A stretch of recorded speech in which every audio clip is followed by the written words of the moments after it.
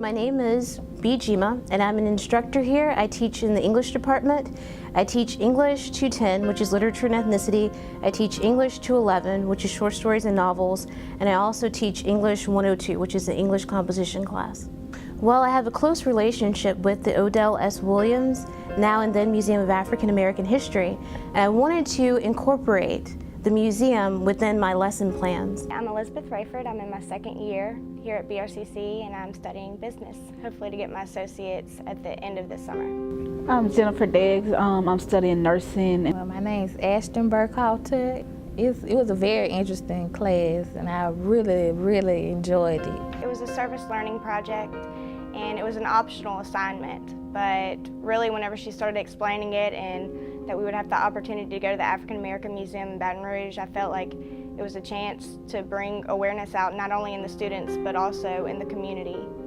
Well, service learning is allowing students to have a sense of civic engagement and to realize their roles as citizens, to contribute their time and their talents and their knowledge to bettering their communities and their society as a whole.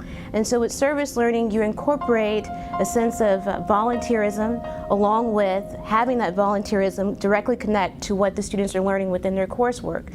The project definitely exceeded my expectations. I never thought that I would be recognized, throughout the school and even, by the newspaper saying that I'm a published author. I would never think that that would be me. But it was a surprise. I was at work and one of my coworkers was like, I read your article in the paper, and I was like, I got an article in the paper.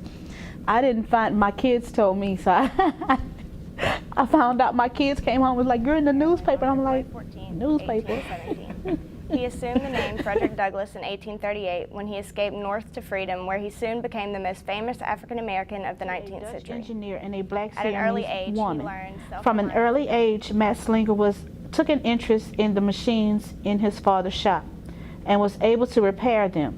At 19, he began to travel. It allowed my students to actually enter into the realm of authorship and to see the role that they have, and something that they probably wouldn't have expected within themselves existed, a certain potential. And that potential allowed them to see what they can do.